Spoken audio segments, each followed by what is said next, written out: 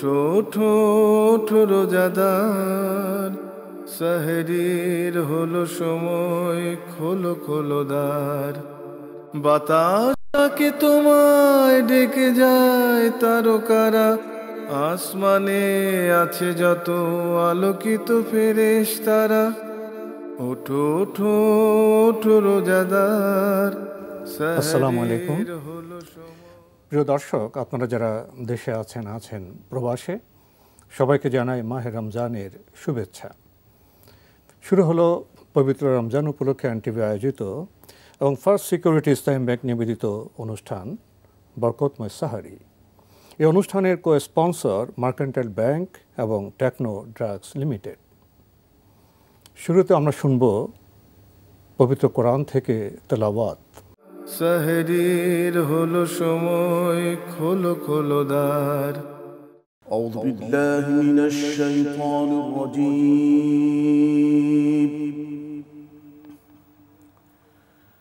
بسم الله الرحمن الرحيم. يا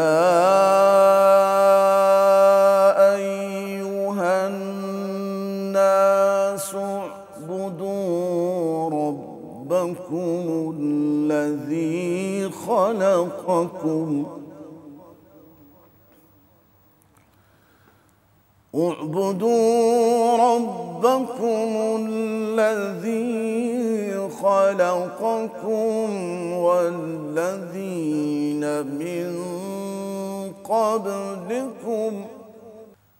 والذين من قبلكم لعلكم تتقون.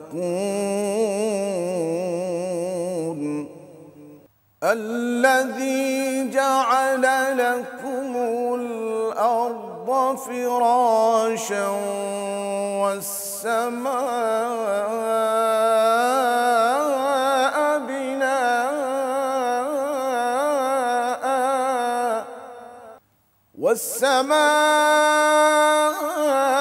بناء وأنزل من السماء ماء وأنزل من السماء ماء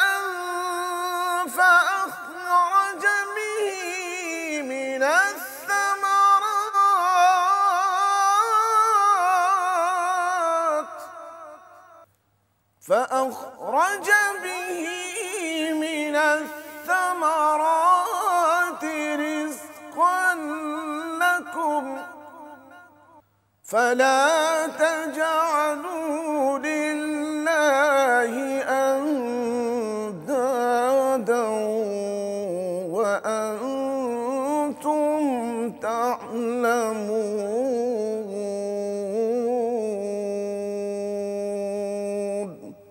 صدق الله العظيم.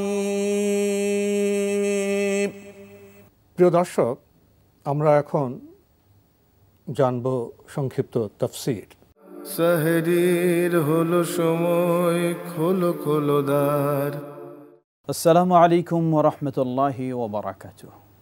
আলহামদুলিল্লাহ রাব্বিল আলামিন ওয়াসসালাতু ওয়াসসালামু আলা আবদিল্লাহি ওয়া রাসূলিহি নবিয়িনা মুহাম্মদ ওয়া আলা আলিহি ওয়া সাহবিহি আজমাইন, আম্মা বা'দ। সুপ্রিয় দর্শক শ্রোতা, শুরুতে জানাচ্ছি আপনাদের বরকতময় সাহারি অনুষ্ঠানে বিশেষ আমন্ত্রণ। বরকতময় মাসে, বরকতময় সাহারির সময়, বরকতময় কোরআনুল কারীম থেকে আমরা ধারাবাহিক অংশবিশেষ তাফসীর শুনব। আজকে প্রথম দিন হিসাবে আমরা কোরআনুল কারীমের প্রথম পারার অংশবিশেষ স্বল্প সময়ে কিছু কথা শুনব। প্রথম পারা শুরু হয় সূরাতু আল ফাতিহা দিয়ে। আমরা সবাই জানি যেটিকে হাদিসের ভাষায় বলা হয় উম্মুল কোরআন, কোরআনের মা, কোরআনের মূল। গোটা কোরআন যে বিষয়গুলি নিয়ে আলোচনা, সেগুলির মূল বিষয়গুলি যেন এই সূরার মাঝেই আল্লাহ রাব্বুল আলামিন আলোকপাত করেছেন। সে লক্ষ্যেই এই সূরাটিকে বলা হয় উম্মুল কোরআন। বিশেষ করে আল্লাহ রাব্বুল আলামিন গোটা কোরআন এর মূল উদ্দেশ্য হচ্ছে আল্লাহ রাব্বুল আলামিনকে রব হিসাবে স্বীকৃতি দেওয়া, মানুষের জীবনের সকল ইবাদত সেই আল্লাহ রাব্বুল আলামিনের জন্য সম্পাদন করা। সূরাতুল ফাতিহার মধ্যে সেটি স্বীকৃতি দেই আমরা, আলহামদুলিল্লাহ রাব্বিল আলামিন, সমগ্র বিশ্বের প্রতিপালক আল্লাহ রাব্বুল আলামিনের যাবতীয় প্রশংসা। আর রহমান আর রহিম, মালিক ইয়াউমিদ্দিন, ইয়্যাকা না'বুদু ওয়া ইয়্যাকা নাস্তাঈন।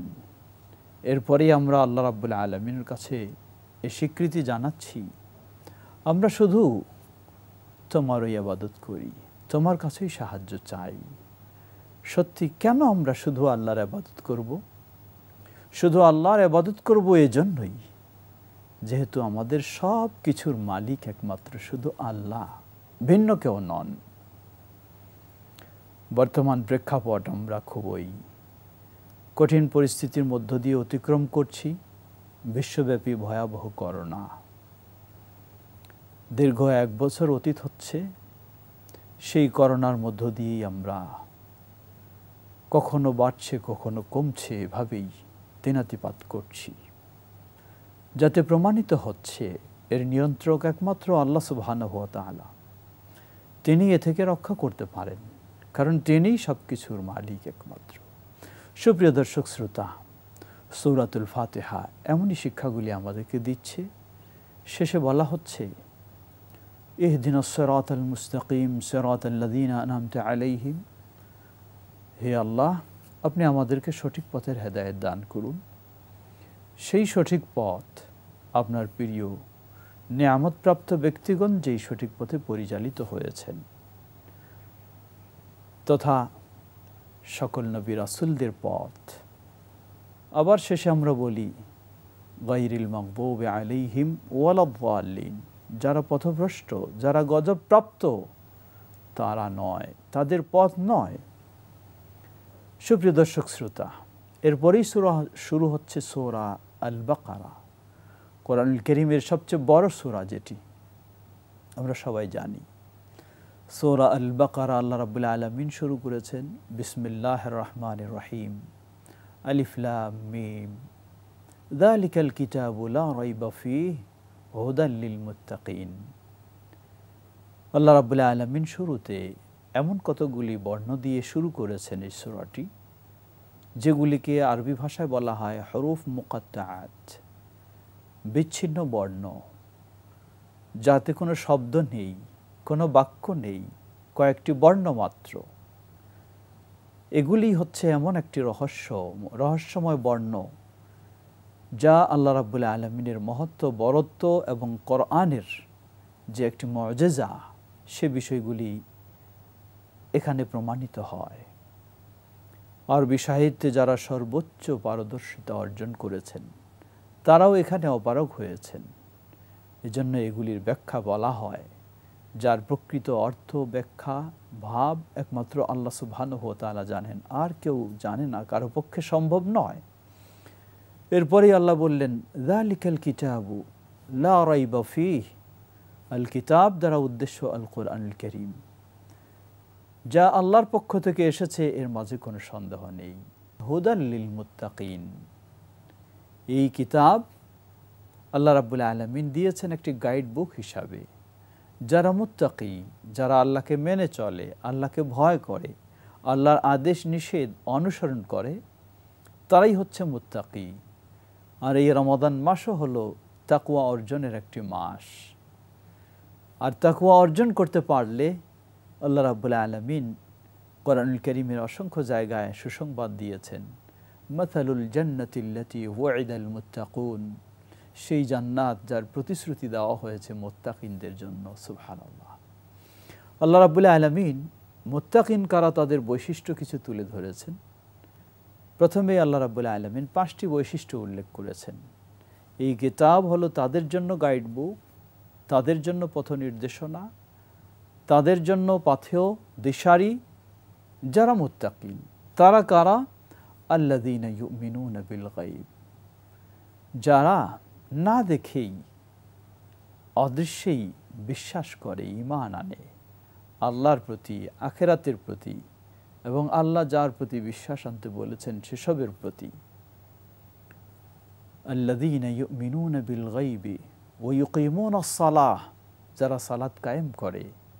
সালাত কায়েম হচ্ছে প্রিয় রাসূল মুহাম্মদ সাল্লাল্লাহু আলাইহি ওয়াসাল্লাম যেই পদ্ধতি, যেই সময়, যেই নিয়মে সালাত আদায় করেছেন সেভাবে করাটার নামই হলো সালাত কায়েম। আমরা রমজান মাস আসলে আলহামদুলিল্লাহ অনেকেই সালাতের প্রতি যত্নশীল হই, খুব গুরুত্ব দিয়ে আদায় করার চেষ্টা করি, কিন্তু দুঃখের বিষয় রমাদান চলে গেলে আমরা ভুলে যাই। এমনটি হওয়া উচিত নয়। আমি যদি মুত্তাকি হতে চাই, জান্নাতি হতে চাই, আল্লাহর প্রিয় হতে চাই, তাহলে রমাদান মাসেও আমাকে সালাত আদায় করতে হবে, রমাদানের পরেও 5 ওয়াক্ত সালাত আমাকে আদায় করতেই হবে। আল্লাযীনা ইউকিমুনাস সালাহ ওয়া মিম্মা রাযাকনাহুম ইউনফিকুন, তাদের আরেকটি বৈশিষ্ট্য হলো দেওয়ার মালিক আল্লাহ।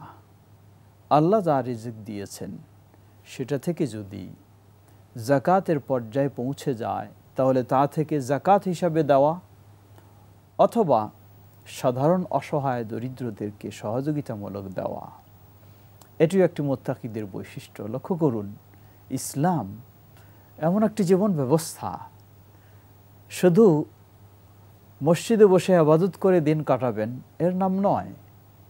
যেমনই মসজিদে গিয়ে সালাত আদায় করবেন, ঠিক তেমনই অসহায় দরিদ্র নিপীড়িত নির্যাতিত মানুষের পাশে আপনি দাঁড়াবেন। আর্থিক সহযোগিতার প্রয়োজন, সহযোগিতা আপনার সাধ্য অনুযায়ী দেবেন।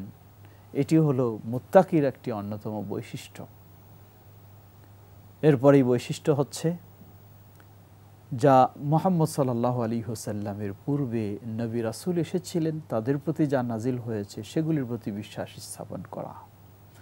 সর্বশেষ হলো ওয়াবিল আখিরাতি হুম ইউকিনুন, আখিরাতের বিষয়ে তারা দৃঢ় বিশ্বাস স্থাপন করে থাকে। কারণ আখিরাতের বিষয়গুলিও অদৃশ্যের বিষয়। বাস্তবে মানুষ যত আখিরাতের প্রতি শক্তিশালী বিশ্বাসী হয়, তার বিশ্বাসটা যত দৃঢ় হয়, তার আচার আচরণ, আদর্শ স্বভাব, কার্যকলাপ সব কিছুই তত সুন্দর হয়। মানুষ যখন অদৃশ্যের প্রতি বিশ্বাস করে কাজ করে তখন সে সুন্দর হয়।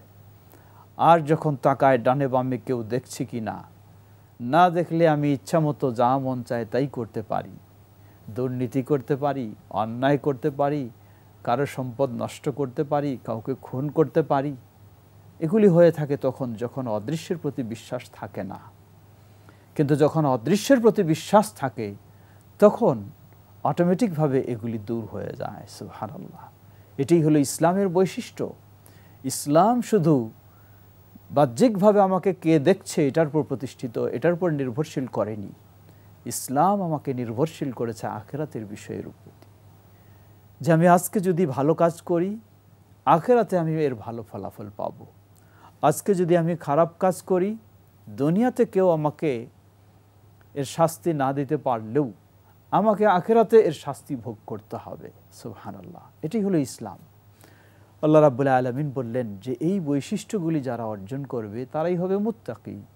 ওয়া উলাইকা আলা হুদাম মির রাব্বিহিম ওয়া উলাইকা হুমুল মুফলিহুন, তারাই হচ্ছে তাদের রবের হেদায়েতের, তাদের রবের পথে, তাদের রবের হেদায়েতের প্রতি তারাই রয়েছে। ওয়া উলাইকা হুমুল মুফলিহুন, আর এরাই হবে সফল কাম। আজকে আমরা শুধু বৈষয়িক বিষয়ের ক্ষেত্রে লক্ষ্য করি কে সফল কাম হচ্ছে। আসলে এই বৈষয়িক বিষয়ের প্রতি লক্ষ্য করে সফল কাম এর নির্ণয় করাটা এটি যথাযথ কখনোই নয়। এর ফলাফল কখনোই ভালো হয় না। যখন আমরা আখিরাতের বিষয়ে সফল কামের বিষয়টি চিন্তা করব তখনই এর ফলাফল ভালো হয়। সুপ্রিয় দর্শক শ্রোতা, এরপরে আল্লাহ সুবহানাহু ওয়া তাআলা সূরা বাকারার মুত্তাকিদের বৈশিষ্ট্যগুলি তুলে ধরার পর এখানে আল্লাহ রাব্বুল আলামিন যারা মুত্তাকির বিপরীত সম্পন্ন, অর্থাৎ ঈমান আনেনি, যাদেরকে আমরা শরীয়তের ভাষায় অমুসলিম কাফের বলি, তাদের কথা বলেছেন। এরপরে আল্লাহ রাব্বুল আলামিন আরেক শ্রেণীর কথা বলেছেন। এটি হলো অত্যন্ত ভয়ঙ্কর শ্রেণী, যারা দুই পক্ষর সাথে মিল রেখে চলে। মুমিনদের সাথে চলে বলে আমরা মুমিন, আবার অমুসলিমদের সাথে চলে বলে যে আমরা তোমাদের সাথেই আছি। এই শ্রেণী অত্যন্ত ভয়ঙ্কর শ্রেণী। এই শ্রেণী খুবই ক্ষতিকারক শ্রেণী। সেই রাসূল সাল্লাল্লাহু আলাইহি সাল্লামের যুগ থেকে শুরু করে আজও পর্যন্ত সর্বদাই এই শ্রেণী রয়েছে, যারা বাহ্যিকভাবে নিজেকে ইসলামের কথা প্রকাশ করতে চায়, অপরপক্ষে আভ্যন্তরীণভাবে তারা ইসলাম পছন্দ করে না, অমুসলিমদের সাথে মিল রেখে মুসলিমদের ক্ষতি করার চেষ্টা করে, যাদেরকে শরীয়তের পরিভাষায়, কোরআন সুন্নাহর ভাষায় বলা হয় মুনাফিক। আল্লাহ আমাদেরকে এ খারাপ স্বভাব থেকে হেফাজত করুন। সুপ্রিয় দর্শক শ্রোতা, এমনইভাবে আল্লাহ রাব্বুল আলামিন সূরা আল বাকারার প্রথম পারায় বা কোরআনুল কারীমের প্রথম পারায় সূরা বাকারার, যেহেতু সূরা বাকারাটি প্রথম পারায় রয়েছে, দ্বিতীয় পারাও ফুল রয়েছে এবং তৃতীয় পারার কিছু রয়েছে, এভাবেই সূরা বাকারায় ধারাবাহিক যে আলোচনাগুলি রয়েছে, আমরা সবাইকে অনুরোধ জানাবো এই অল্প সময়ে এটিকু যথেষ্ট নয়। আপনি রমাদানের সময়গুলিকে কাজে লাগানোর চেষ্টা করুন। রমাদান মাসে একটু প্রশিক্ষণ নিন। গোটা জীবন আপনি কোরআনকে নিজের গাইড হিসেবে গ্রহণ করার চেষ্টা করুন। সত্যিই আপনি দুনিয়াতে সফল হবেন এবং আপনি আখিরাতে সফল হবেন। আল্লাহ আমাদেরকে সেই সফলতার পথেই অগ্রসর হওয়ার তৌফিক দান করুন। সুপ্রিয় দর্শক শ্রোতা, এরপরে আল্লাহ রাব্বুল আলামিন একটি গুরুত্বপূর্ণ বিষয়ের আলোচনা নিয়ে এসেছেন, যা হচ্ছে আমাদের আদি পিতা আদম আলাইহিস সালামকে আল্লাহ রাব্বুল আলামিন কিভাবে সৃষ্টি করলেন, সেটি ফেরেশতাদের মাঝে আল্লাহ রাব্বুল আলামিন কিভাবে উপস্থাপন করলেন এবং ফেরেশতাদের দুর্বলতা কিভাবে প্রকাশ পেল। তাদের মাঝে আদম আলাইহিস সালামকে শিক্ষা দিয়ে আল্লাহ রাব্বুল আলামিন প্রতিষ্ঠিত করলেন, সম্মানিত করলেন, মর্যাদাশীল করলেন, যা প্রমাণ করে শিক্ষার বিকল্প নেই। কিন্তু সেই শিক্ষাই হলো কার্যকরী, উপকারী, যেই শিক্ষা দিয়ে নিজেকে কমপক্ষে আলোকিত করতে পারে। আমি অনেক ডিগ্রি অর্জন করেছি, কিন্তু সেই ডিগ্রি অর্জন করে নিজেকেও যদি আমি উপকৃত করতে না পারি, তাহলে এই শিক্ষা দিয়ে আসলে কোনো কাজে আসে না। এই শিক্ষার কোনো মূল্য নেই। সেই শিক্ষাই ইসলাম দিয়েছে, যা নিজেকে উপকৃত করতে পারে, সমাজকে উপকৃত করতে পারবে, দেশবাসীকে উপকৃত করতে পারবে, জাতিকে উপকৃত করতে পারবে। সত্যিই ইসলামের শিক্ষাই হলো সেই শিক্ষা। আমরা যদি কোরআন এবং সুন্নাহর আলোকে শিক্ষা গ্রহণ করার চেষ্টা করি, তাহলে সেই প্রকৃত শিক্ষাই আমরা পাব, যার মাধ্যমে আমরা ব্যক্তি, সমাজ, দেশ, রাষ্ট্র সবই উপকৃত হবে, সবই উন্নতির দিকে অগ্রসর হতে পারবে। সে পথে আমরা অগ্রসর হওয়ার চেষ্টা করব। আল্লাহ রাব্বুল আলামিন আমাদের সকলকে কোরআনুল কারীম থেকে এভাবে শিক্ষা গ্রহণ করে আমাদের জীবনকে আলোকিত করার তৌফিক দান করুন। ওয়া আখিরি দাওয়ানা আনিল হামদুলিল্লাহি রাব্বিল আলামিন ওয়া সাল্লাল্লাহু তাআলা আলা নবিয়িনা মুহাম্মদ ওয়া আলা আলিহি ওয়া সাহবিহি আজমাইন। ওয়াসসালামু আলাইকুম ওয়া রাহমাতুল্লাহি ওয়া বারাকাতুহু। সাহরির হলো সময়, খোলো খোলো দ্বার। লেলো রমজানেরি চাঁদ, এবার দুনিয়াদারি ভুল এলো রমজানেরি চাঁদ। এই এক মাস রোজা রেখে পরহেজ থাক গুনাহ থেকে, এই এক মাস রোজা রেখে পরহেজ থাক গুনাহ থেকে, কিয়ামতের নিয়ামত তো, কিয়ামতের নিয়ামত তো ঝুলি ভরে তোল দুনিয়াদারি ভোল এলো রমজানেরি চাঁদ বন্দি রহে এই মাসে শয়তান মালাউ এই মাসে যা করবি দরজা হাজার গুণ তার দরজা হাজার গুণ ভোগ বিলাসে মখলি যে পা রমজানে তা হবে রে সা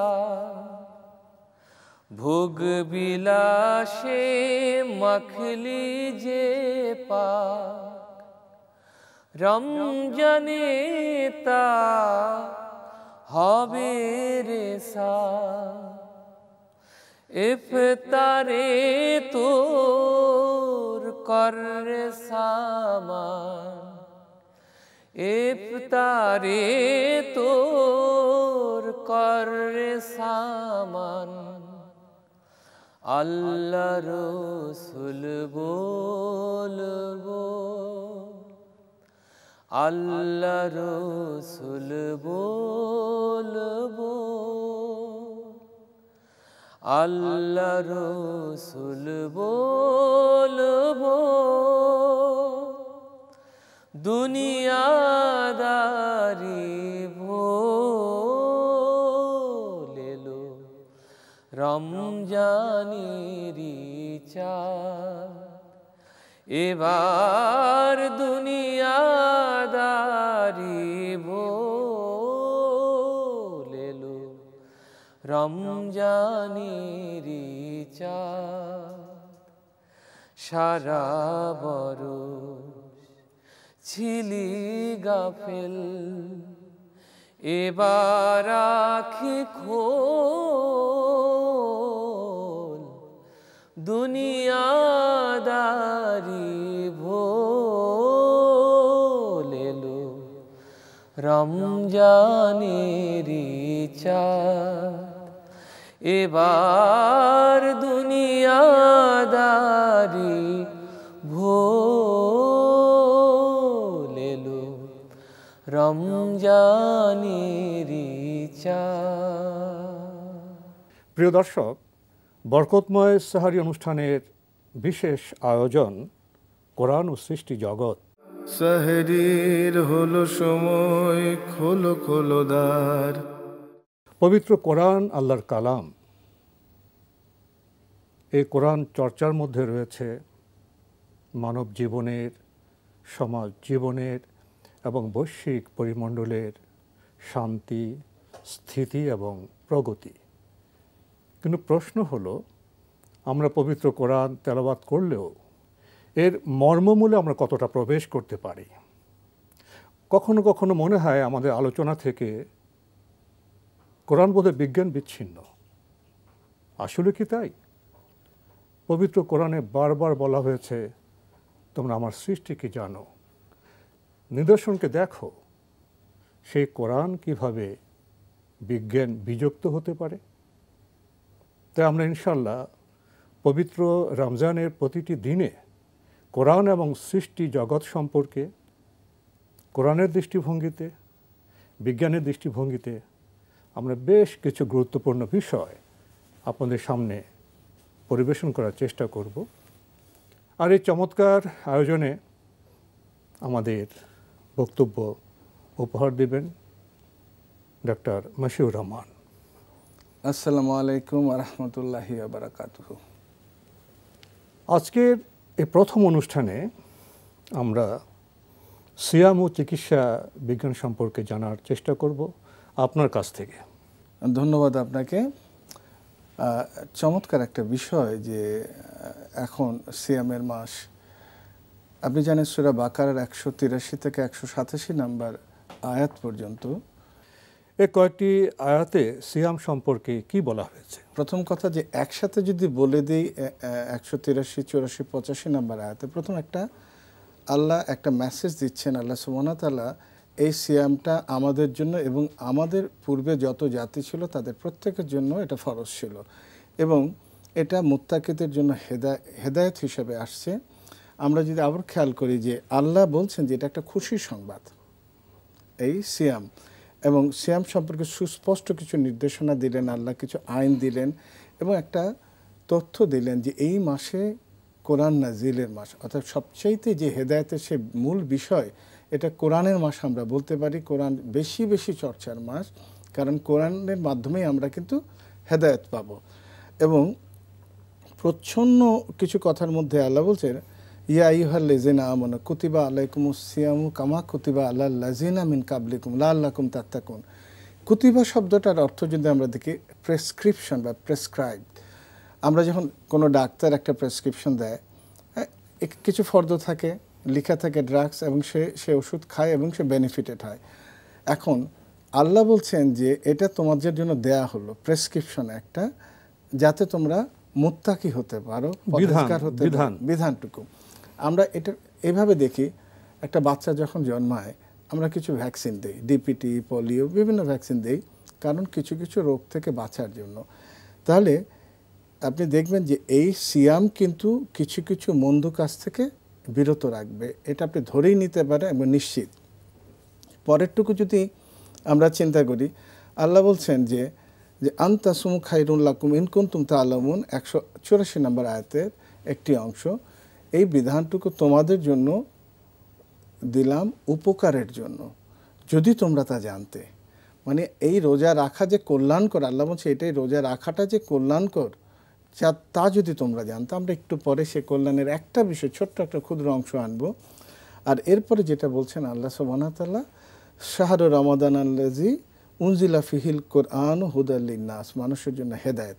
তাহলে একটা মানুষ যদি হেদায়েত হয়, তার তো আর কিছু হেদায়েত প্রাপ্ত হয়, আর তার তো আর কিছু লাগে না, আলোকিত মানুষ হলো। তাহলে আমরা এই তিনটা আয়াতের মাঝখানেই পেলাম যে মুত্তাকির, এই মুত্তাকি হওয়ার নির্দেশে আপনি দেখবেন যে এটা 183 নম্বর আয়াত, আমরা সূরা বাকারার 21 নম্বর আয়াতে পাবো, সূরা বাকারার 63 নম্বর, সূরা বাকারার 179 নম্বর আয়াতে মুত্তাকি হওয়ার নির্দেশটুকু পাবো।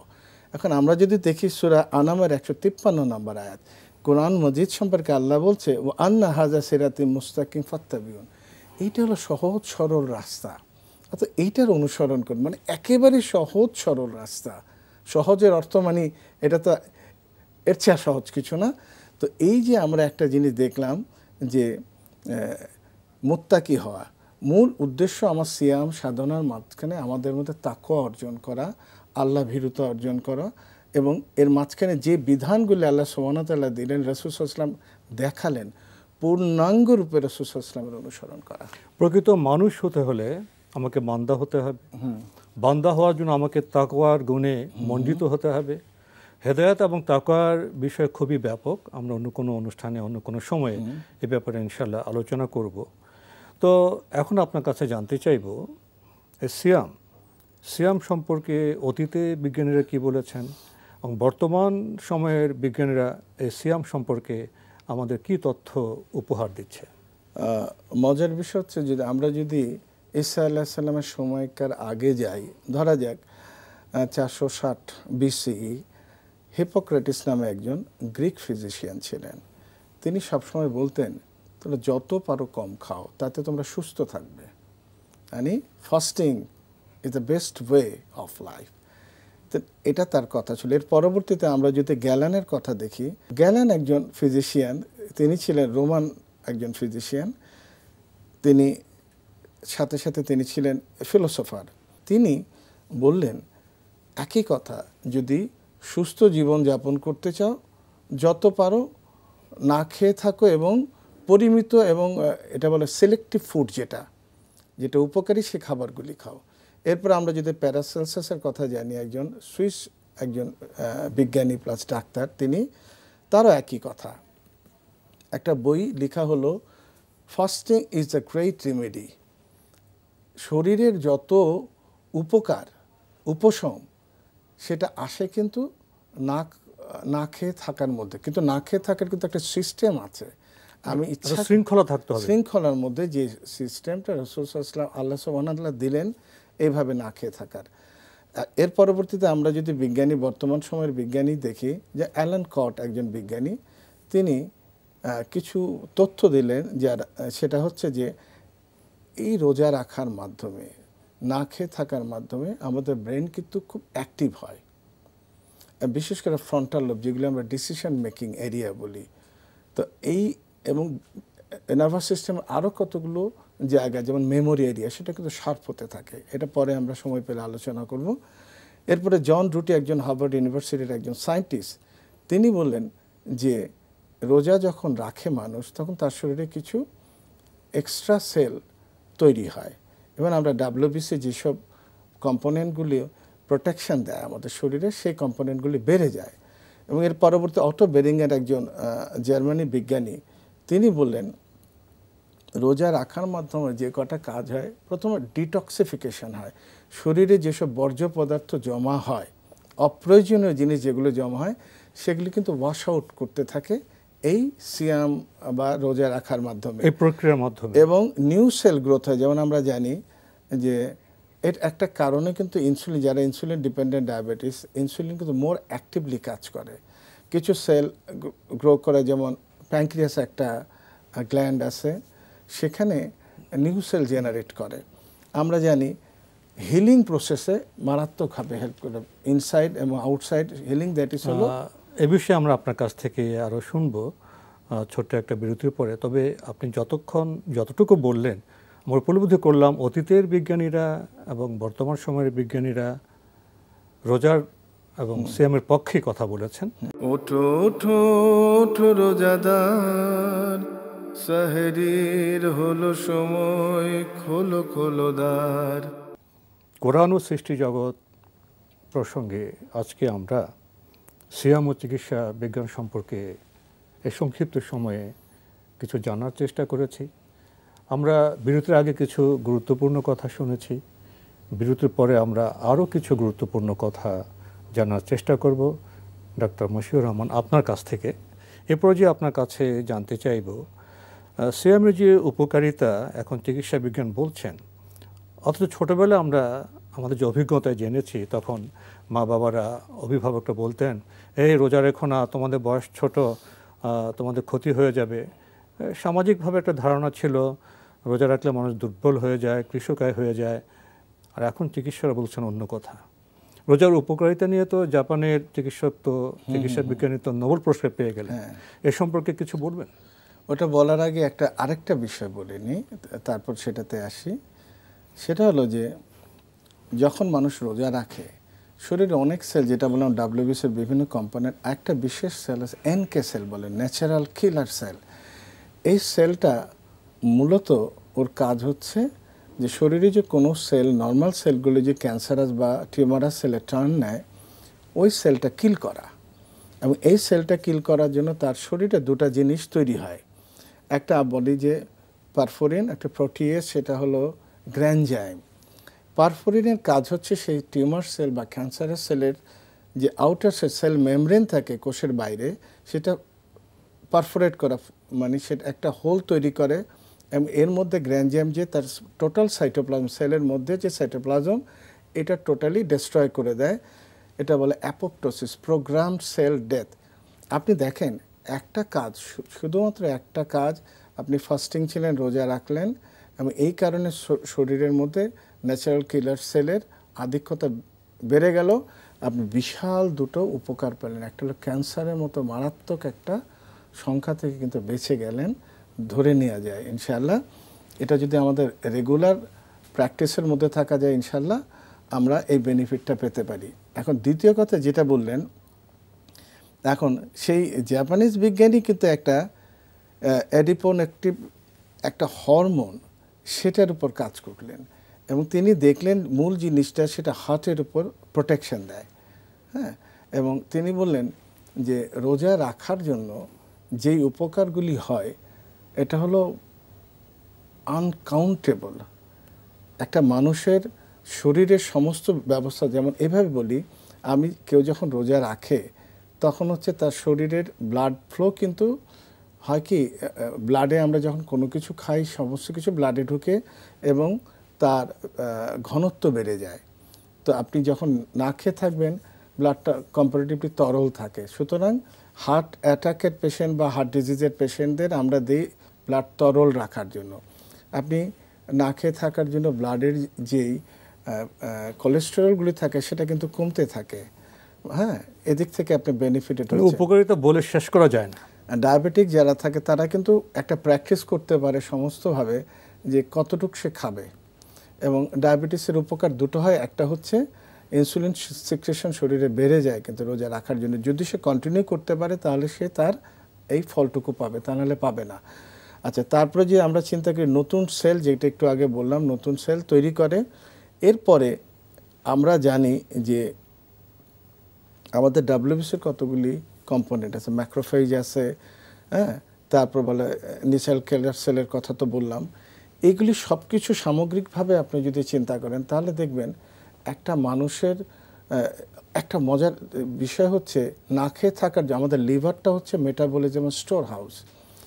তো লিভার একটা গ্রেট এক্সটেন্টে সে কিন্তু রেস্ট পাচ্ছে। রেস্ট পাওয়ার জন্য কিন্তু লিভারটা সেফ থাকছে।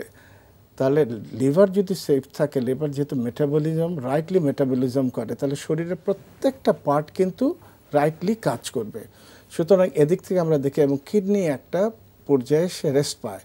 আপনি জানেন এটার জন্য কিডনির যে নেফ্রনগুলি সেলগুলো আছে সেগুলি কিন্তু সতেজভাবে নতুনভাবে কাজ করতে পারে। কিন্তু সবকটা বেনিফিটই পাবে যদি আপনার ইফতার এবং তারপরে খাবার আর সাহারির খাবার নিয়ন্ত্রিত থাকে। যদি তা নিয়ন্ত্রিত না থাকে তাহলে কিন্তু এটা কোনোটা বেনিফিটই আসবে না। তাহলে নিয়ন্ত্রণ, সংযম, শৃঙ্খলা যেটা ইসলামের মূল বার্তা, সেটা আমরা সিয়ামও লক্ষ্য করছি। আরেকটি বিষয় আপনার কাছে জানতে চাইব, যারা গর্ভবতী মা তারা তো পরিবারের সম্পদ, পরিবারের গুরুত্বপূর্ণ সদস্য। আমার বিবেচনায় তারা জাতির গুরুত্বপূর্ণ সদস্য যারা গর্ভবতী মা। তো গর্ভবতী মায়েরা তো রোজার সময় অবস্থান করেন, তো এই রোজার প্রভাবটা তাদের জন্য কীরকম? আপনি একটা খুব গুরুত্বপূর্ণ কথা, কারণ যদি সুস্থ মা সুস্থ শিশু জন্ম দেয়, সুস্থ জাতি এবং সুস্থ জাতি, মা যদি শিক্ষিত হয় শিশু শিক্ষিত হয়, সব জাতি শিক্ষিত হয়, জাতি শিক্ষিত হয় আলটিমেটলি। মা আসলেই কেন ইসলামে এত গুরুত্ব দেওয়া হয়েছে মায়ের পদতলে সন্তানের বেহেশত? মা আসলে খুবই গুরুত্বপূর্ণ সদস্য আমাদের পরিবার এবং জাতি। সব দিক থেকে এর কোনো মানে বিকল্প নেই। এখন মায়েদের ব্যাপারটা হলো কি, ধরা যাক কয়েকটা ফেসে বলা যায়, সে প্রেগনেন্ট, এর মধ্যে রোজা চলে আসলো, রোজা করবে কি করবে না। দ্বিতীয় হচ্ছে সে রোজার মধ্যে জানতে পারলো সে তার প্রেগনেন্সি সে শুরু হলো, অথবা বলা যায় যে একদম এন্ড স্টেজে। প্রথম বিষয় হচ্ছে, আমি নাসাই থেকে 2317 নম্বর হাদিস, 1667 নম্বর হাদিস, এখানে গর্ভবতী মায়েদের জন্য এই সিয়াম বা রোজা রাখাটা রাসূল সাল্লাল্লাহু আলাইহি ওয়াসাল্লাম এনকারেজ করেননি।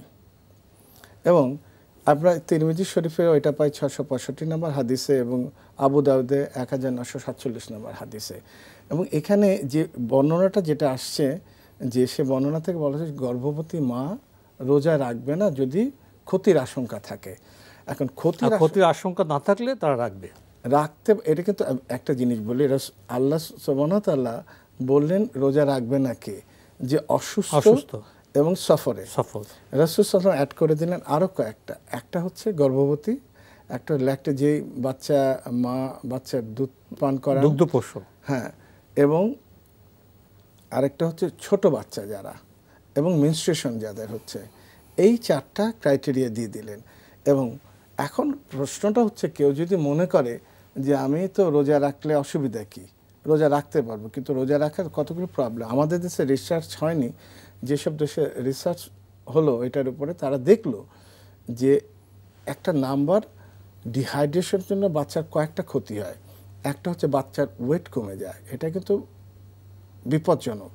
দ্বিতীয় জিনিসটা হচ্ছে যে তার ডেভেলপমেন্টের প্রবলেম হয়, অর্থাৎ কনজেনিটাল ডিফেক্ট তৈরি হয়, এবং কিছু কিছু ক্ষেত্রে দেখা গেল তাদের হার্টেও প্রবলেম হয়, বিটে প্রবলেম, যেহেতু ডিহাইড্রেশন, মাক সারাদিন কিছু খায়নি, এবং এইসব কারণে ফিটাল গ্রোথ রিটার্ডেড হয়। তাহলে বাচ্চা কিন্তু মানে একটা কম ওজন হলো, কিন্তু তার যে স্পন্টেনিয়াস গ্রোথটা হয় সেটা কিন্তু থেমে যায়, স্বাভাবিক তার যে বর্ধন সেটা বাধাগ্রস্ত হতে পারে। এবং অনেক সময় টার্মিনাল সময়ে যে শেষ 3 মাসের দিকে এটা হ্যাবিচুয়াল অ্যাবর্শন হওয়ার একটা চান্স থাকে, এবং এইসব বাচ্চাদের মধ্যে দেখা যায় বড় যখন হয় লার্নিং প্রসেসে ডিফেক্ট দেখা যায়। তো এইসব একটা মা এটা বোঝার কথা না, যেহেতু বাংলাদেশে সেই রেঞ্জে রিসার্চ হয়নি। আমাদের দেশে অনেক ডাক্তার অনেক সময় বলে ফেলেন যে রোজা প্রথম 3 মাসে রাখা ঠিক না, পরে 3 মাস বা তার। আমার ব্যক্তিগত ওপিনিয়ন, রাসূল সাল্লাম যেহেতু হাদিস 3টাতে নাসাই, দাউদ, তিরমিজি শরীফে সরাসরি বলে দিলেন, তিনি ডিসকারেজ করলেন, সেক্ষেত্রে গর্ভবতী মা যারা, তারা যদি রোজা না রাখে সেটা ভালো, পরে তারা এটা করে নিবে, তাদের সুযোগ আছে পরে। কারণ এখানে যেটা বললাম বাচ্চার ডেথ পর্যন্ত হতে পারে। এই জন্য আল্লাহ বলছেন যে সূরা নিসার 29 নম্বর আয়াতে আল্লাহ বলছে, ওয়ালা তাকতুলু আনফুসাকুম, তোমরা নিজেদের হত্যা করো না। এবং সূরা বাকারার 195 নম্বর আয়াতে বলছে, ধ্বংসের দিকে হাত প্রসারিত করো না। এটা একটা ইঙ্গিত, এমন কাজ করো না যেটা ক্ষতি বয়ে নিয়ে আসবে। এই প্রচ্ছন্ন ইঙ্গিত যদি থাকে, তাহলে আমি জানি না রোজা রাখার কারণে বাচ্চার ক্ষতি হবে কি হবে, সেক্ষেত্রে রোজা না রাখাটাই উত্তম। পরে সেখানে আমাদের সচেতন থাকতে হবে, কারণ মুসাফির অবস্থায় তো রোজা ভাঙার নির্দেশ আছে, কিন্তু পরবর্তী পর্যায়ে সেটা রেখে দিতে হবে। তো এই বিষয়ে আপনার আরও অনেক কথা ছিল, কিন্তু সময়ের কারণে আমাদের আজকে এখানে শেষ করতে হচ্ছে। ডক্টর মশিউর রহমান, আপনি কষ্ট করে আমাদের স্টুডিওতে এসেছেন, সময় দিয়েছেন, সেজন্য আপনাকে অনেক ধন্যবাদ। ধন্যবাদ আপনাকে। প্রিয় দর্শক, আমরা দেখছিলাম এনটিভি আয়োজিত এবং ফার্স্ট সিকিউরিটি ইসলামী ব্যাংক নিবেদিত অনুষ্ঠান বরকতময় সাহারি, কো-স্পন্সর মার্কেন্টাইল ব্যাংক এবং টেকনো ড্রাগস লিমিটেড। আমাদের অনুষ্ঠান আপনারা এনটিভি অনলাইনেও দেখতে পারবেন, ভিজিট করুন www.ntvbd.com। এছাড়া ইউটিউবে এবং আমাদের ভেরিফাইড ফেসবুক পেজে অনুষ্ঠান দেখতে পারবেন। সংক্ষিপ্ত সময়, বিষয় খুবই প্রাসঙ্গিক, খুবই জীবন ঘনিষ্ঠ, কোরআন ও সৃষ্টি জগৎ। আমরা কালামের কথা বললাম, আমরা বিজ্ঞানের কথা বললাম। কালাম এবং বিজ্ঞানের যখন সমন্বয় হবে, তখনই সভ্যতার সংকট কেটে যাবে। আশা করি এ বিষয় নিয়ে আমরা ভাবব। দেখা হবে ইনশাল্লাহ আগামীকাল একই সময়ে। প্রিয় দর্শক, মহান আল্লাহ আমাদের সবাইকে নিরাপদে রাখুন, রাখুন শান্তিতে। আসসালামু আলাইকুম। রমজানে ঘিরে আছে কত রহমত, আছে কদরের রাত বরণে আমার। ওঠো রোজাদার, পড়ো কোরআন।